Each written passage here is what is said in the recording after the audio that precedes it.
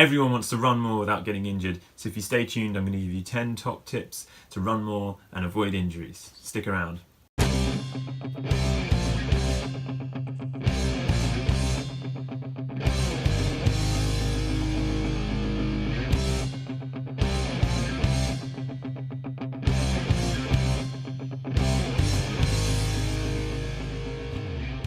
Tip number 1, the most important thing about staying free from injuries is your running form.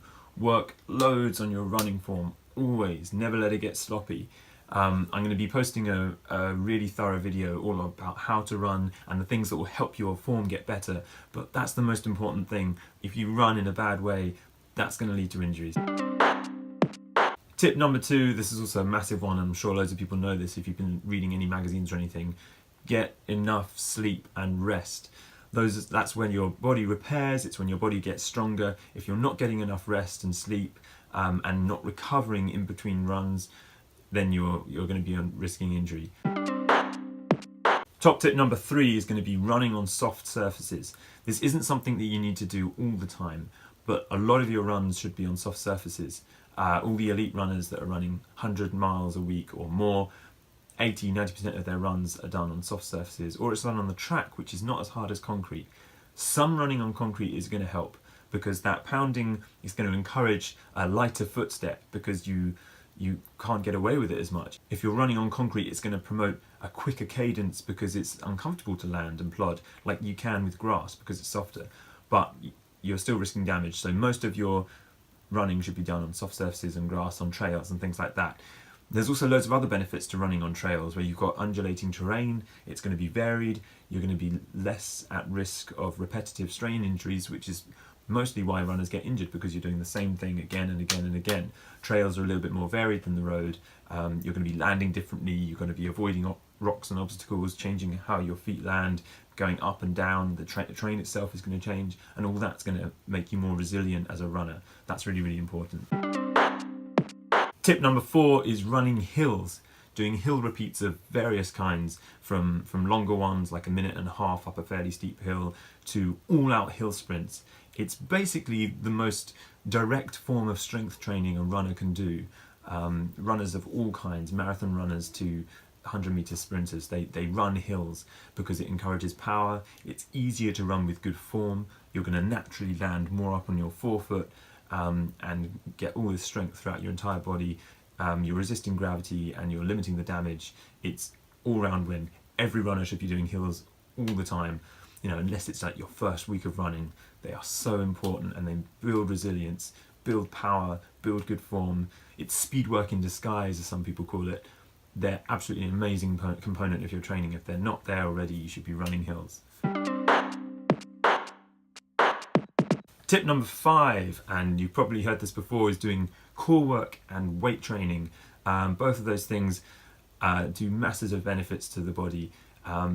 Core work is going to teach you stabilization, it's going to keep all your muscles in balance if you do a regimen that's very, very balanced and works all the different muscle groups. When you're running for a long time, as your form breaks down, you get tired, your shoulders roll in, your posterior chain can't keep you upright. That's when you start shifting how the muscles are working, and that's going to risk you injuries. So having lots of core work and keeping your form strong, keeping everything tight, that's going to be really, really beneficial. I'm going to be doing some videos on proper core workouts and routines for you, so stay tuned for that. Strength training, similar thing. Lifting weight in particular is going to make all your bones and tendons and ligaments and all the connective tissue more resilient. It's going to have so many transfers to actual running. You become faster, stronger.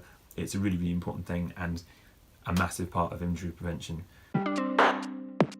Tip number 6 is cross training. This is an amazing tool that you can use, especially when you're not running really high mileage. When you're still, at any of the sort of lower mileages, you can afford to have cross training on days off. Go for biking where you're not going to be putting as much damage and strain on the joints because it's basically a weightless exercise, but you're still spinning the legs, you're building your cardiovascular strength, which is the most important factor in distance running.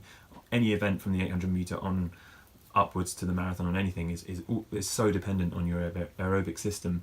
and cross training is going to develop that whilst not stressing the same muscles and stressing this body in the same way as running. So that's really powerful.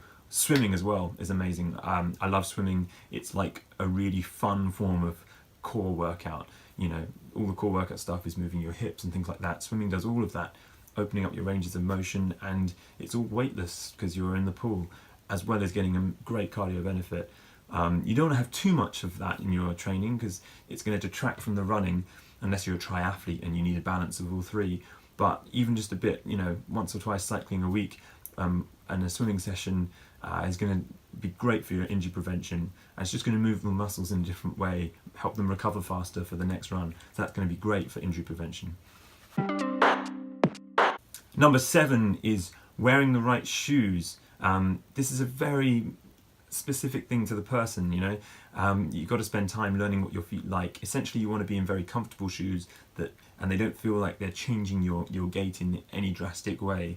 For me, I like quite minimal shoes. I want to keep it simple. I want to keep it light. Anything over 300 grams or sort of 8.7 ounces makes me feel like it's encouraging me to plod along because they're heavier, they're just harder to lift up. I like light shoes, I like to keep my legs turning over fast, helps promote good form. For me, that's very, very important. And not letting them get too old. Having some kind of a mileage tracker so that you know how many miles you put on that shoe is really, really handy. And lots of watches these days make that very, very easy. Like the Icon Garmin, I have all my shoes and I select which one I've used for a run and it tracks it very, very quickly, and I know how worn they are. You can also feel when they get a bit dead, and it's not good to run in. You can feel it change your form. You can feel how you're more tired after runs if you're in a worn out shoe, so that's not good, and it's going to risk injury as well. So keep your shoes fresh, don't overuse them, and have them the right shoe for you, which takes time to learn what you need. Tip number 8 is doing some barefoot running. This can be in the form of, you know, relaxed runs for a few miles, or it can be barefoot strides. Now, bear in mind, guys, if you've never done any barefoot running before, don't just jump into a 2 or 3 mile run or even some barefoot sprints. It's going to absolutely knacker you, and you're going to be so sore, and you can get injured from that. It's a great injury prevention tool, but only if used properly. And like with anything, if your body's never done it, just do it slowly, do a little bit of it. The first time I ran barefoot, just on the grass in the park, I ran a few hundred meters, not even flat out. I was just playing like a child, just having fun, just trying out what it was like. I'd never run barefoot since I was a kid probably, and I was so sore the next day. My arches were sore and my toes were sore and all the foot muscles were just knackered, and I realised that all this weakness there is going to affect my actual running form when I'm actually in a shoe. So I got into barefoot running, just doing a little bit of it. I run most of my miles in the shoe, but I always do a few runs every month where I'm barefoot, either 2 to 3 mile recovery runs at a relaxed pace on grass. So it's nice and soft. I don't like running on concrete barefoot, it's just horrible. Be careful about glass and things like that and ways of cutting your feet. If you can find a safe place to do it, a safe bit of grass where you know it's not going to be filled with stones and sharp things, then it's amazing benefit, making all your foot muscles stronger, and that's going to really help your form as well, which I said is like the number one thing. Having good form really helps you run without injury. So consider learning how to run barefoot, even if you don't transition to all the time barefoot running. It's going to be a powerful tool. Check it out. Tip number 9. Tip number 9 is going to be diet. Having a really, really good diet. Make sure you're getting enough protein and enough nutrition. You just need a balanced diet of fruits and vegetables and meats and carbohydrates and a good selection, all of it, and masses of variety, and that's essentially a good diet. You don't need to look up some selected diet plan thing. Just eating simple foods that you cook yourself. That's it, really. That's all you need to know about diet, and having a good spread of it. But make sure you eat enough and recover. That's going to be a big help in injury prevention. Number 10, guys, is going to be varying your pace.